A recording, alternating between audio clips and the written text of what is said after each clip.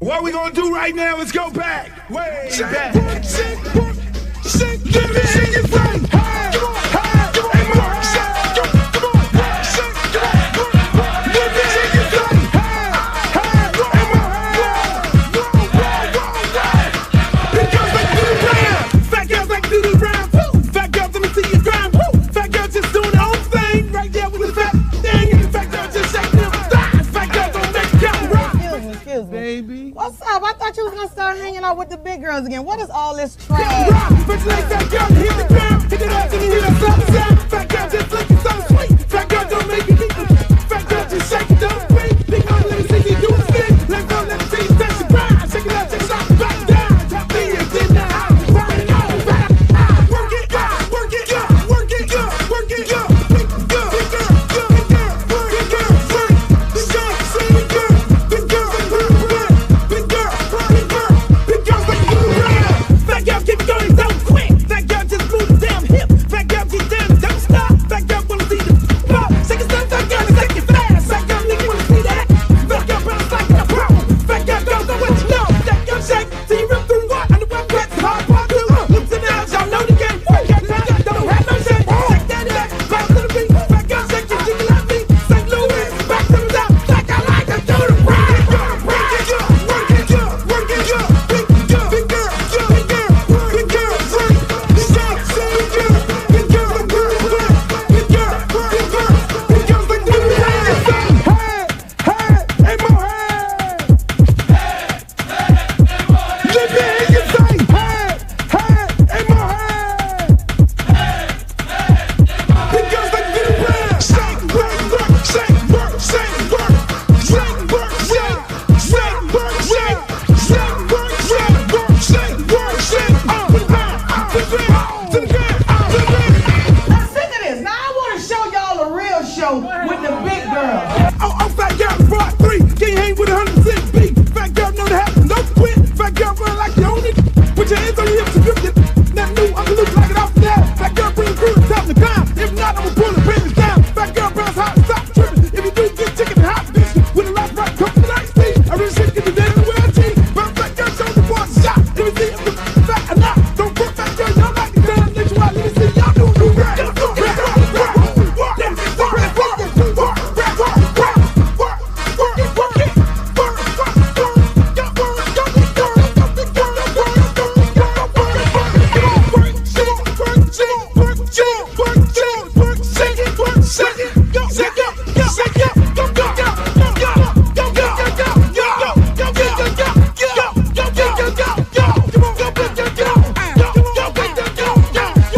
I'm serious. Where you are? Not the Elmira.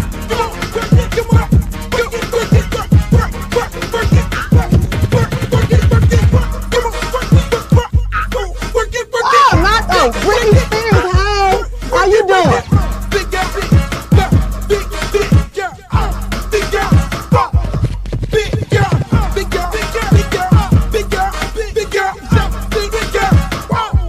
Oh, but ain't the little leprechaun. Girl, your wings is so up. You look a mess. All about the big girls. What about the big girls? Big girl, work it, work it, work. Big girl, work it, work it, work. Big girl, you done suck all the fat off your ass.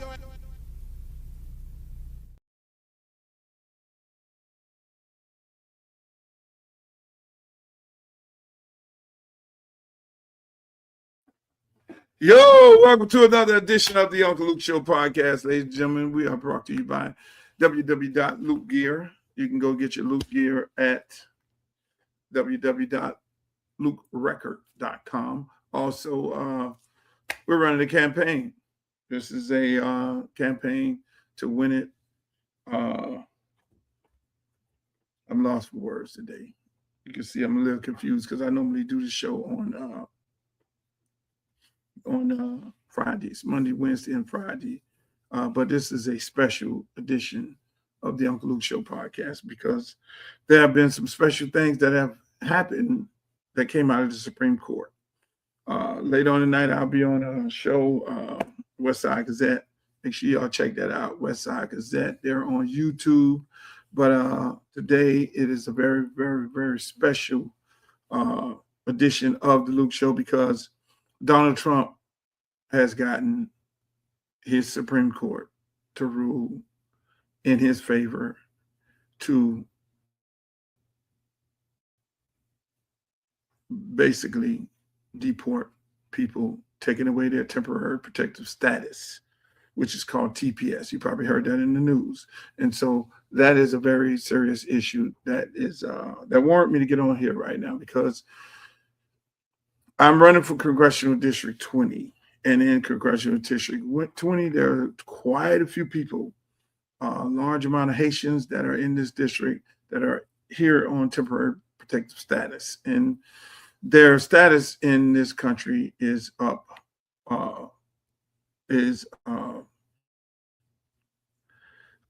for revoke, put it that way. Supreme Court made this ruling today to take away these good folks' protective status. Now, there is a bill that went through the House that, bipartisan group of Democrats and Republicans passed a bill to extend the temporary protective status for immigrants in this country, to extend it to 3 years. It has to go through the Senate, which will be on Tuesday. The Senate then has an option to vote on this particular bill, and that would then need to go to Donald Trump to sign off on. But he just got this big win today. So the likelihood of him signing off on this bill is slim to none. And even with that, I mean, he just had a big pissing match with Senate Republicans about supporting a homeowners bill, which would not allow any organization to own over 360 houses, which would, it's a big major developers bill. And as you know, the developers are heavily in the space of politics because these developers want to come in and develop, gentrify, put up over 360 units in any situation. So that, even though that was voted on bipartisan with the Senate and Congress, that has Trump had this big fight with that because some Republicans kind of pushed back on his war. They wanted to know what the hell is going on with the war. Nobody knows. And their constituents are getting antsy. Republicans know that there's a strong possibility that they're going to lose the midterm. And that is why they're working with Democrats. And Democrats are working with them so that they can get some things passed in this toxic environment. And so it's coming down the line, man. August is here and November will be here before you know it. These midterms are going to tell a whole lot. That's why because I'm running for Congress, hoping that you guys vote for me, hoping that you support this campaign, so we can bring the change into Washington that's so desperately needed, which is what it's all about. I mean, that's what I'm running for. I'm running on change. I'm not running to be the guy to go up in there and do business as usual. Right now, today, there's a lot of people in my district that don't know their faith. And I mainly blame it on the individuals who I'm running against. And I know some people might say, well, how could you blame it on them because it's a Donald Trump situation? No, they could have, when these are career politicians. I have the congresswoman who got expelled, who you would think the first Haitian elected congresswoman, you would think she would go in guns a-blazing, trying to protect the status of so many of her constituents that voted for her. You would think that. You would think that she would go and tackle the issue of temporary protective status and get it extended on day one of her getting in. Those people voted for her. They supported her. They voted for her in large numbers. That is how she became a congresswoman, the first Haitian congresswoman. And she let those people down, because we should not ever run up to a situation where there is a situation where people's status can be taken away. It's like the Civil Rights Voting Act. For the life of me, that it comes up every so many years that they can actually take our right to vote away. And so I don't understand why people don't attack these issues head on. Then on top of it, you have another congresswoman, Debbie, who in 2011 actually tried to sponsor, in my opinion, a ICE detention center, got it built in her district of Weston. So mind you, these two people are running for Congressional District 20, which a large part of this district is filled with people who are here on temporary status. I really don't understand this. I really don't understand this. How could you, like, these people just have no morals. And then you have the former mayor in this race, who's Jamaican, by the way. I'm half Jamaican, I'm half Bahamian. But he's Jamaican everything. Jamaican, don't care nothing about nobody but Jamaican people. That's fine. If that's what we cape for. But at the same time, there are some Jamaicans that are on temporary status. So you've been the mayor for all these years. You claim you got all these politicians who are endorsing you, and most of them, some of them are on temporary status. And nobody thought that this day would come. If you sat there and looked at the 2020 plan, the 2020 plan was about getting rid of immigrants out of this country. But yet and still, these people are running around trying to get the vote of the people the very people that they are supposed to be representing. It's called, I am your representative. I will do any and everything to protect your status in this country, to bring down the high cost of grocery, the high cost of gas, all these things that they have on their platform. But yet and still, they've done nothing to prevent these things. You have to put preventable measures in place. Are you with what they're doing? Or you're not? But yet and still, if there's a war overseas, everybody is voting like all outdoors, standing outside Congress, talking about funding these wars, but not protect the status of the very people that you're asking for their vote. And for the life of me, you have these pastors in this district. I'm not going to let y'all off the hook, because if you're in the back room meeting with this lady and doing all this, do you ask her this question? Do you ask these people this question? Do you ask them these questions? Well, so we have a large immigrant community right here. So in 2011, you spearheaded a campaign to build a ICE detention center in Weston, in the district that you lived in, because you wanted to put people in, deport people. Did you ask that question? Did you ask the question, hey, look, Congresswoman, you're the first Haitian Congresswoman. Did you spearhead? Why didn't you carry the bill to protect the status of Haitian people?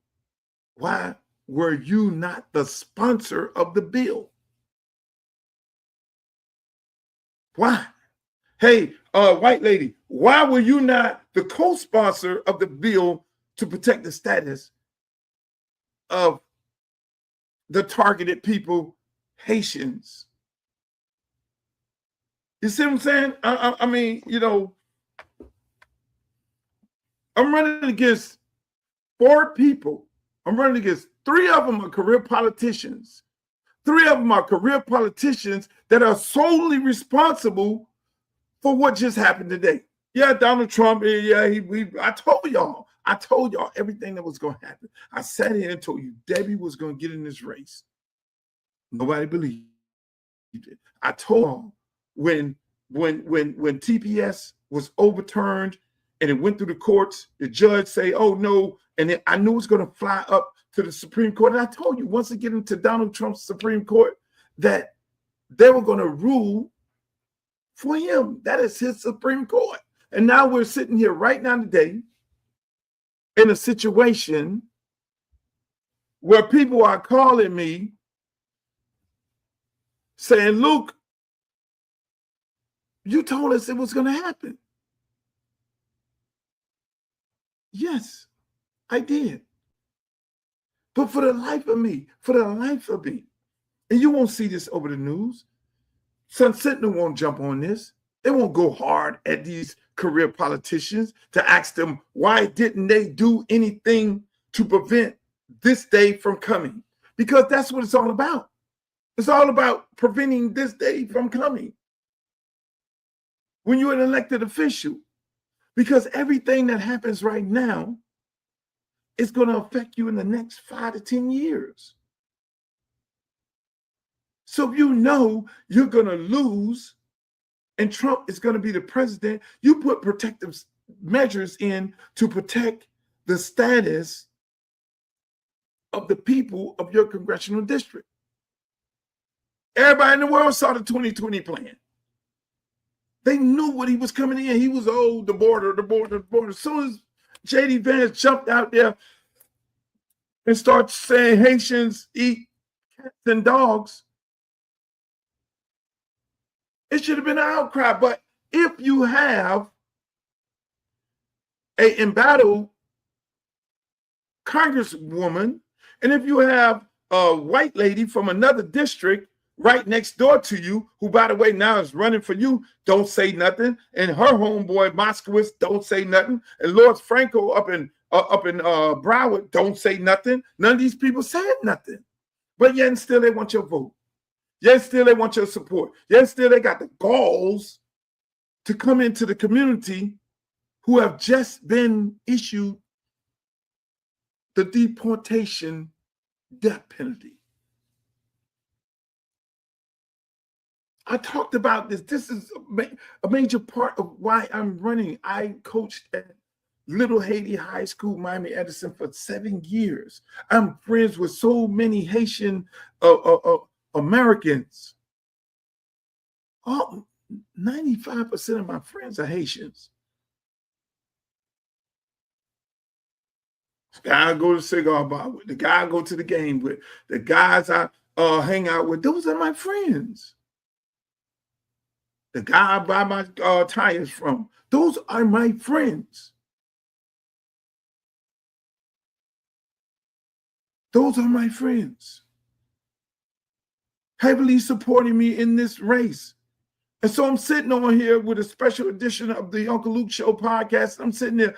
This is a horrible day, which Ray Charles could have saw it coming a million miles away. So people always ask me, like, why are you running for Congress? Because these are the type of things that are affecting us that you know is getting ready to happen.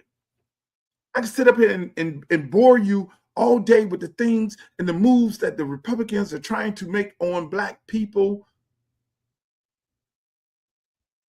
that haven't even been played. It's a chess game. And when you know how to play chess real good, you know the game, you know the play. So I sit up here months and months ago on this podcast right here. Go look at the archives. You'll see I had a conversation about, yes, he's going to win in the Supreme Court with this temporary protective status once it was overturned in the lower courts. He's just going to run it up to the Supreme Court. That's his game plan. That's where he wins at. So here we sit here today with the Supreme Court ruling against immigrants, mainly Haitian Americans, Haitians and Syrians. He pointed out those people, and a large part of those people live in my district. And I know what happens. I just witnessed a lady working on my campaign, a very good friend of mine, just take all of her money, all of her savings, her and her husband been here since he was 3 years old, never been to Haiti in his life. The man gets deported last week, dropped off in a country that he don't have no idea about, don't have no family members or nothing. She spent all of her money, her life savings on the damn lawyer, her and him. Lawyer wiped him out. It's a big gambit, big scam. Lawyer wiped him out to the point where she couldn't afford the lawyer, and she just started doing ChatGPT because she's a proud woman. She, Luke, I wouldn't ask you for no money and no help. You know, I'm just going down there, getting up in the morning, filing these papers and all these things like that. Live in the district. Live in the district. So this congresswoman gets into a meeting and say, Luke, you say this on your podcast, you say that people in the district are getting deported and nobody's there to protect them, you know, me as a congresswoman, and that's not true because people are getting deported in Lakeland. So that's okay. But that's not even true. Because that lady lives right off of 6th Street. They picked her husband up while they were bringing in groceries. That is what is getting ready to happen right now. Everybody's like, Luke, you got to talk to somebody because of the Senate on Tuesday. They can pass the bill to protect these people from temporary protective status. Yes, the Senate can pass a bill. Now, you got to go and talk to some Republicans. I'm not in Congress. You have two people that are still sitting there claiming to be incumbents that ain't said one damn thing about it. Because you got one, Debbie, in 2011, sponsored an ICE facility in Weston to get built. Don't take my word for it. Look at her tweet. She was so excited. Look at her tweet. It took a congresswoman from Massachusetts to sponsor the bill that went through Congress right now to protect the status of these people. And not these people around here. And when you look at the good people, these good Haitian people, they don't bother nobody. They go about their business. They work hard. They don't bother nobody. They ain't got no. The man ran on. Oh yeah, we gonna get rid of all these cartel gangs and all this and all these. Them people don't bother. Those people are hardworking people. You go to Joe Stonecraft. Look in the kitchen. Haitians. You go to Mar-a-Lago. Look who in the kitchen. Look who cleaned up the place. Haitians. You go to any one of these hotels around here. Good Haitian people. So now you're going to deport them. Who getting back there? Now you get ready to deport them. Really? We here in South Florida, we don't have Fortune 500 companies. We don't have those. This South Florida, Dade, Broward, and Palm Beach, we are a service industry business. We're in the service industry. We have hotels. We make our money off hotel bed taxes. And the people who work in the hotels are the people of this community: white, black, green, purple, Haitian, Jamaican, Bahamian, Dominican, Cuban, Nicaraguan, Venezuelan, Jewish, white, black. Those are the people working in the hotels. We are a hotel service industry. Either they're at the bar or they're in front of they're checking people in. So now you're just going to, again, people, for the life of me, what burns me up, is that these people can parade around a community and be paraded and take pictures with people that it's like the devil is taking pictures with these people, posting it, and these people don't even know that they're taking a picture with the devil. They don't even know that they're taking a picture with the gentrifier. They don't even know they're taking a picture with an individual who sponsored a bill and got money to open up our ICE detention in her district. They're taking pictures with people and asking for support of people who look like them, talk like them, from their country, and don't give a rat's ass about them. But yet and still, you got me running.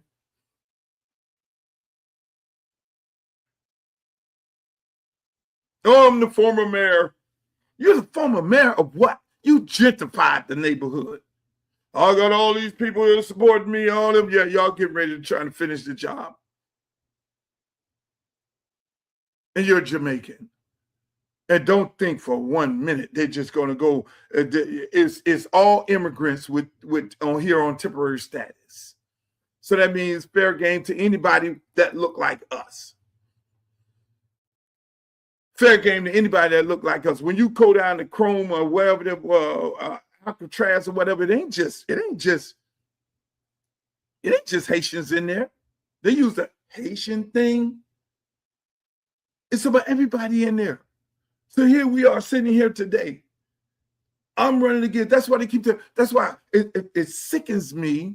It sickens me when every day I think about it. These assholes actually call me, talk about consolidate to come up with one person to be in this race against the white lady when the numbers ain't even there. When the numbers are, so I look. And I look around, everybody in that room. At some point, I'm going to ask everybody who brought me in these rooms, who paid you? Because my time is precious. Because time is money. And I literally sat there, but I sat there every day thinking about what the fuck am I doing in this room with these people right here? Who paid y'all? Why y'all in here having this conversation with me, and then my field guy breaks down the numbers, and I'm like, these people are really trying to play me. But going back to the mere fact that who in this room can fight for these people at this moment in these times? This man, I said it back then. Something else. Joe Biden, I'm thinking about packing the court. I don't know, go to my social media, pull it up. I said, pack the court, dummy. If Joe Biden did anything wrong, and I call everyone, the dumbass man did not pack the court. Because if he packed the court, we wouldn't be in this situation right now. And these people get ready. I'm just thinking, I care about these people. I put so many of these Haitian kids in college to find a better way, where I had to sit there and have a conversation with their parents who don't even speak English, with an interpreter on my team. I literally had a coach that his job was to interpret to the parents what we're doing and how we're working, how we're interacting with the kids, because they couldn't speak no English. And I'm in this race with a bunch of people who are users. Never did anything in their life for Haitian people or immigrants in this community. But yet and still, you bow some pastors, bow some community activists, and all of a sudden, because those people have trust in those people, that they're going to steer them in the right direction, but they're steering them into a slaughterhouse. They're steering these people into a slaughterhouse. So I go back to myself and I'll be like, they say, yeah, should consolidation, it's y'all against the one white woman. Man, it's me against all these politicians. I ain't never ran no shit show race like this. No, they should be consolidating. You got the Jamaican man, he was the damn mayor. He gentrified all of Broward County as the mayor, and he put a whole bunch of other gentrifiers in office. That's why he got a whole list of people on there who endorsed him, and every one of them people who endorsed him, their ass need to be replaced because they own some gentrifying shit.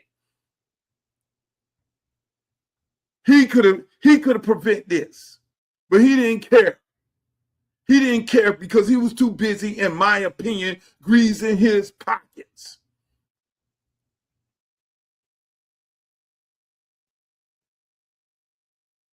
Kids in jail for the same thing. Then you have the congresswoman who resigned, running in the race. For the life of me, still trying to figure out what's going on here. While you're still running, you need to be worrying about your personal business. You don't care about the people. She doesn't care about these Haitian people. You only care about yourself. You should be getting behind a candidate that you know that's going to do the right thing for these people, a candidate that has done the right thing for these people, but no, the ego is too fucking big. You have a federal indictment. The feds have a 90% conviction rate. Only thing you'll do is split the vote. Everybody, in my opinion, everybody ain't enough for the white lady. You have no way of winning. You didn't do nothing to protect these people's status. Your own people. People ask me, why are you running? Why are you? Because that's what I do. I go into bad situations, I fix it, and it comes out better than I found it. A lot better.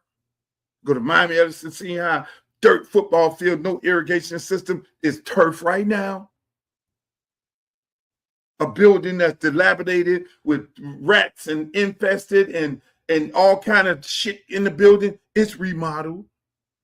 With a state-of-the-art locker room, go to a park where we're in rat-infested, one boxing gym, it's renovated, a 28-acre park. I put in the work. Same thing, put in the work to help them get the resources and overtime for $26 million. I put in the work.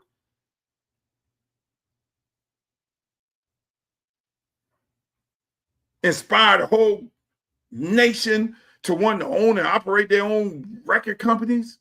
Put in the work. Eliminated the beef between Broward and Dade County. We put in the work.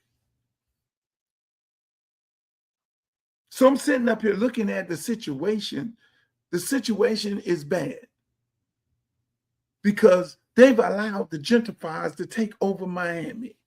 And the last frontier of South Florida right now is Congressional District 20, Broward County. I go knock on door to door, take yard signs, talk to people at restaurants. It is so many people that have moved from Dade County to Broward County because they saw what was going on.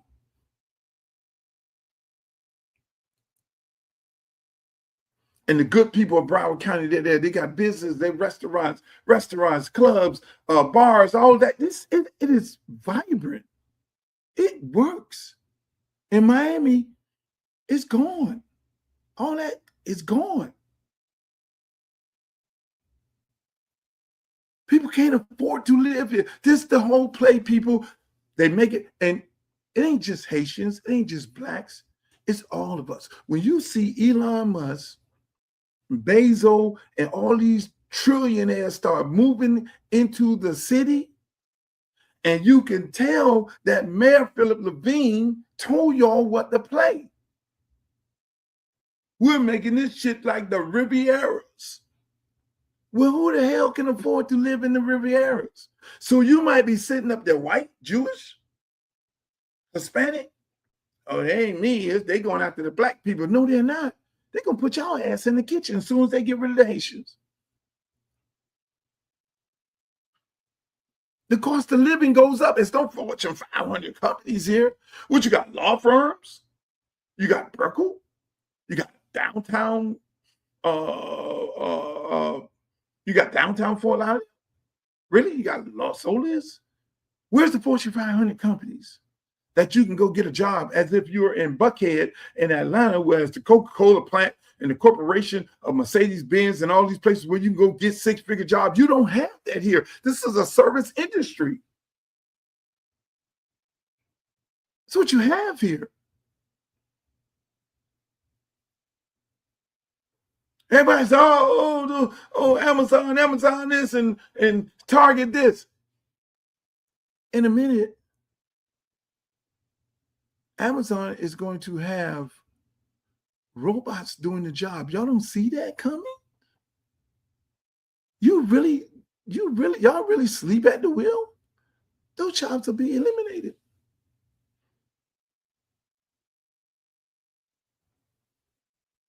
All eliminated. I went and had a conversation with the brothers at the port. And I'm talking about port expansion. I got 5 minutes, 10 minutes to talk. They give me an extra 10 minutes. I love the guys at the port. Thank you. Shouts out to 1526 Longshoremen for allowing me to come in there and speak. But I could have talked to them brothers all day because I had more to talk to them about. I wanted to tell them more about why they have double amount of passengers coming into Miami than they have Port Everglades. I did mention who controlled the port. Who's the actual congressmen and women that controls the port? It's Jared Moskowitz, and it's been for a very long time, forever, Debbie Wasserman Schultz. And they never did nothing for those port workers. They never expanded the port. They never drugged the port, the water. They never expanded it to where they can bring more ships in to bring more money in to then do what? Bring more money into Broward County. These are simple things. These are simple fixes. But when it's all about you, the individual, and it's not about the people, I'm running against a bunch of people who don't give a rat's about people. They don't care nothing about the people. They care about themselves, lining their own pockets, having saying, I'm a congresswoman, I'm a congressman, I'm a mayor and all this. They just want a title. Fuck a title. What about the people? That's why nobody in this race record can compare to my philanthropical work that I've done in the community. That's what they talk about. Qualified?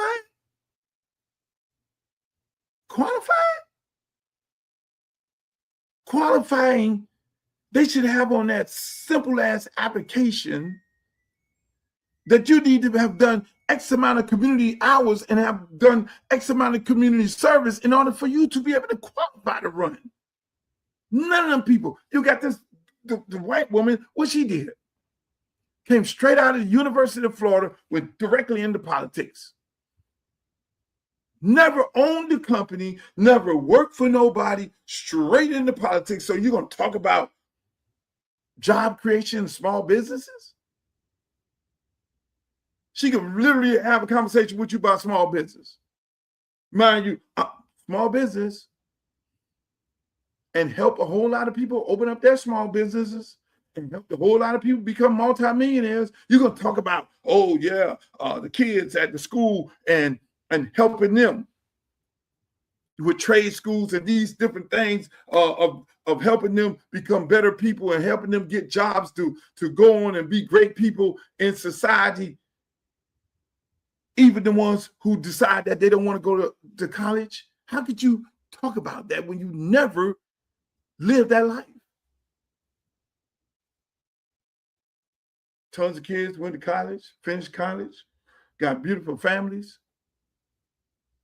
Them fucking people in this race, excuse my French, can't come nowhere near my resume. Nowhere near it. Because I'm the guy that got in a van every year for 18 years. driving down the highway with football players to get them an opportunity, to get them looked at, no different than a trip to go to a college on a college tour. And 95% of them got a scholarship, whether it was Miles College, University of Miami, University of Alabama, or FAMU, Alabama A&M, Tuskegee. They got that. Who in this race done that? Dale? While I'm doing all that, they're trying to figure out how to get a job. They can't speak out on nothing. They can't speak out on nothing. You know why they can't speak out on nothing? You know why they can't stand 10 toes down? It's because they're a part of the establishment. I'm that girl on Hunger Games. I'm the lady on Hunger Games. I'm not a part of the establishment, boss. I ain't looking for no job. They can only say so much because they still need to be able to go lobby if they don't win. There's only one person going to win. So they can't say too many things. They can't do too many things. They can't really speak up and speak out for people because when they don't win, they need to be able to go lobby people who are in office to be able to put money in their pockets to continue the gentrification program of the people who are putting money into their campaign. That's how the game go, boss. That's why I'm the only one out here talking mad shit. Because I'm not taking no special interest group money. You can't pay me off. They ain't do it in the music industry. And they ain't finna do it right now. What was I offered to be paid off? To be in the room with all the other ones in the room and all that? Hell yeah. I wasn't about to sell my soul because I know what that entailed. I wasn't about to sell my soul for this music industry. So when you see all the accolades and all the claim to fame and all the lifetime achievement awards and all the going to the Rock and Roll Hall of Fame, all the big tours and all that, no, that takes selling your soul. That's why Kanye West will sit up here right now once the expiration ran out. Because it is an expiration date to everything, whether you're in the industry or not. Once your time runs up, they replace you with somebody else. And that somebody else, they send through the same path that you went through. Go over there and screw these girls. Your status is going to be up because you screw them, your status go up, their status stay up. And then you go make money, go on tour, and then come back. Okay, on to the next one. Okay, you got to go now, your expiration, but you better zip your lips. Don't say nothing other than that. Your ass be barred. Come on, man. People, Donald Trump his Supreme Court has just ruled to take the status away of people who are here on temporary status. And when it comes to his immigration crackdown efforts, this one, not about birthright citizenship. That's the thing you keep hearing all about. Instead, this is about something protected status. It's something that could affect hundreds of thousands of people. And maybe it hasn't garnered all of the headlines that you've seen over the last couple months, but it's huge and the implications could be significant. So the way the law works is it is a law that's passed in the 1990s. Congress set it up for people who are coming from war-torn countries. Think about the earthquake in Haiti, and so many people came over from that. And the idea was they were supposed to be able to enjoy some measure of protection under the law so that they could live here and work here without having to worry about being deported.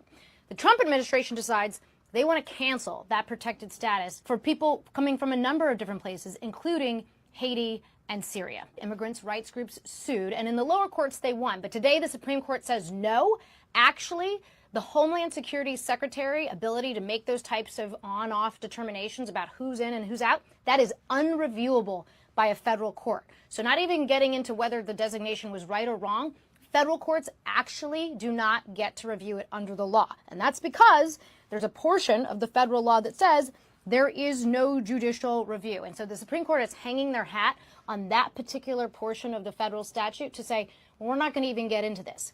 But they have to look at some of the things that the president has said, in particular about Haitian immigrants, because you've probably seen a number of derogatory statements that President Trump has made about Haitians over the years. The court doesn't want to touch those either.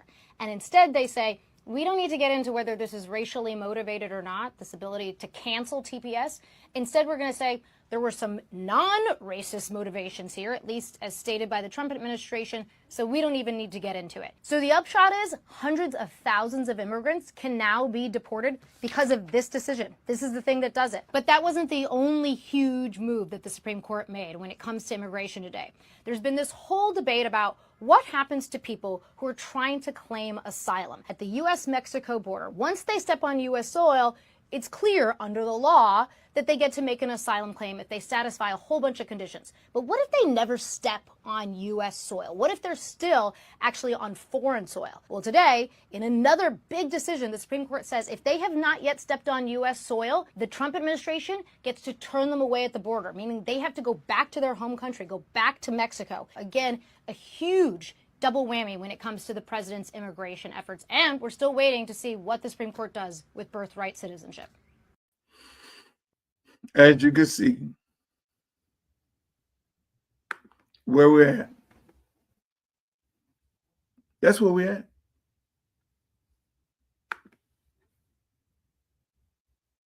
That's just happened today. And I'm disgusted by this because these good people don't bother anybody. Am I surprised? No, I'm not surprised because I said it on this podcast right here that this day would come because he was running it up to the Supreme Court. And we know that's his game plan, running up to the Supreme Court. That's where he's going to win. If they were able to overturn our gerrymandered maps in the 1965 Voters' Right Act, if they were able to do that, you think for 1 minute they were not going to be able to take the temporary status of a group of Haitians and Syrians and immigrants in this country? But I'm more disgusted by the individuals that I'm running in this race. That's who I'm disgusted by, because they were in Congress. 2 of them were in Congress, and one guy was the freaking mayor of Brown County. These are the career elected officials that know that these people are on the first thing of TPS, temporary protective status, temporary. So why not create bills to take the temporary off the status protective, off the temporary off, and create a pathway of these people being able to live here free of any temporary status? They did nothing. 3 of them. I'm running against 3 people. 3. The young guy ain't had nothing to do with it. He was no elected official. The 3 politicians, that's what it's like. Oh, man, you need consolidate with who? They need to consolidate against me. Because if you really, really care about people, you would have done something. You got a lady that been in politics and been how many years Debbie been in politics? This lady was the head of the Democratic Party until Obama fired her. Let's keep it a buck. But now, I have all the experience. We need to hire experience of doing what? Experience of doing what? Experience of doing what? What is experience? What experience of doing what? We got 3 elected officials I am running against right now, and people are losing their livelihoods. I go into this district and talk to families, little girls, smart, intelligent. They didn't decide to go to college. They don't have a clue as to how they're going to become ladies. They're high school graduates, and they're just trying to figure out, because in the schoolhouse, there's no trades. They took them all out. They just want a better life for themselves, and their parents are sitting there want a better life for themselves. Parents are sitting there, don't even know how to make ends meet, go working from check to check. They don't want to be working for check to check. In this day and age, we're talking 2026, and these same career politicians who've been in office since God knows how long, they've been in office since 1992.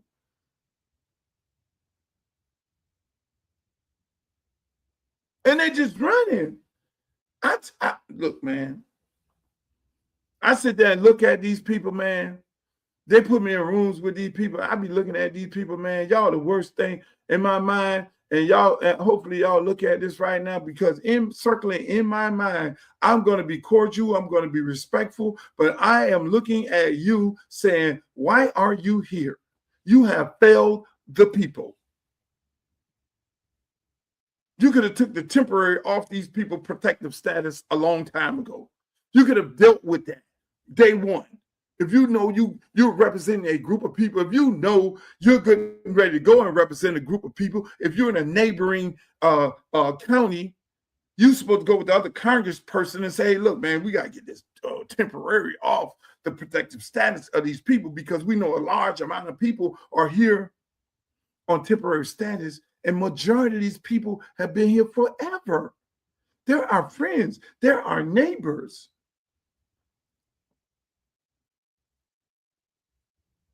But they did nothing about it. I'm the man for Lauderdale. Hey, look, I'm going to talk to the congresswoman and congressman and say, hey, congresswoman, we got a large part, my Jamaican people, my friends, and all these people and these Haitians in this community right here, we need to take the temporary off of their status and try to work toward a way to a pathway to citizenship. We can create programs where we hire lawyers, get legal aid involved, get the law firms who are putting all the money into your campaigns, get them involved to put these people on a pathway. But they don't care. They don't care. They just want to get to Congress and make money off the stock market. They just want to get to Congress to sponsor wars. They want to get to Congress so people can then put a whole bunch of money in their PAC. They want to get to Congress so that they can get their girlfriend or their boyfriend or their daughters or their homeboy or people put money into their campaign, a job on Capitol Hill or some corporation, because that corporation is going to be lobbying them so that they can get a vote to do something out. They want to get in Congress to then gentrify the neighborhood. That's what I'm running against.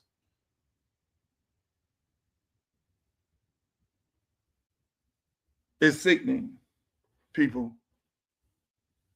It's more than sickening. This is a very bad day. I lost a good friend of mine, Michael Hopkins, founding member of Liberty City Optimists. Lost another good friend, Coach Clark, who I met getting kids in college. He worked at Southern University, young guy. Coach Clark can't be 40 years old. Passed away in his sleep.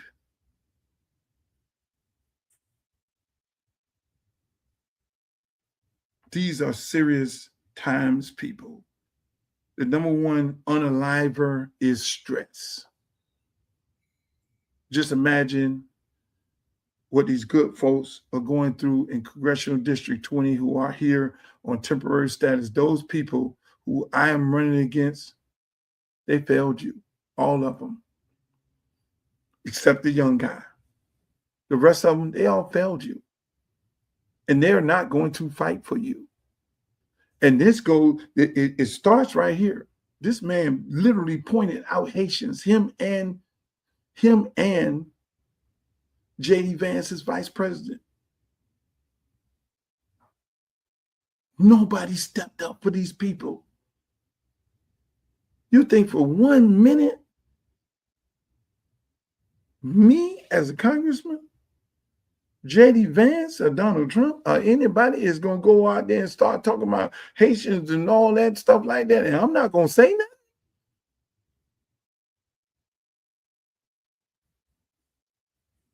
You got me fucked up. You think I'm not going to, you think I won't fight for these people? But again, everybody ain't in it for the people. Ladies and gentlemen, I got to go do another podcast, Westside Gazette. I want to thank you all for being here. We're going to continue to fight. I want you all to send your senators right now because the game ain't over. Send your senators around the country an email. Just shoot them an email. Tell them they have a big vote on Tuesday. That the Senate, if the Senate votes to pass the bill that was sent in through Congress through a lady from Boston. Shots out to her, Congresswoman. Got it passed in a bipartisan way. It goes to the Senate. And we're asking these senators to vote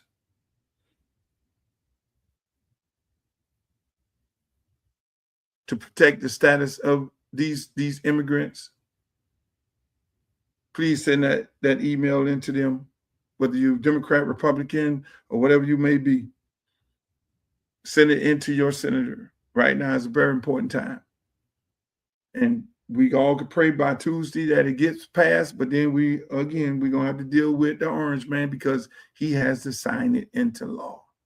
And the likelihood of him doing it, if a lot of senators pass this bill, if a lot of senators sign on to it, it will kind of force him to then make a decision. And if I got to get on the phone and find the orange man through some of the people I know, trust me, I'll be the one putting in the phone call. But you would think 2 sitting Congress women in this race can't get on the phone and call this man. Can't get on the phone and call this man. Can't get on the phone and call Donald Trump. Can't get on the phone and call up senators. But right now, they'll look at this broadcast and say, oh, I'm getting on the phone and call some people. Or if the Senate passes, they're going to then try to take credit for it, which they ain't take credit for shit because they shouldn't. It shouldn't be in the, we should not, these people should not be in the situation right now. That's my show, ladies and gentlemen. I love y'all. Peace. See you tomorrow. The next great congressman from the state of Florida, and his name will be Luther Campbell. I'm civil rights attorney Ben Crump, often referred to as Black America's Attorney General. I grew up in Fort Lauderdale, Florida, went to high school at South Plantation High School. My dad still lives in Parkway. We want to make sure we have a strong advocate from our community who understands our culture to go fight for us in the United States Congress. So make sure you go vote for Uncle Luke Campbell for Congress on August 18th.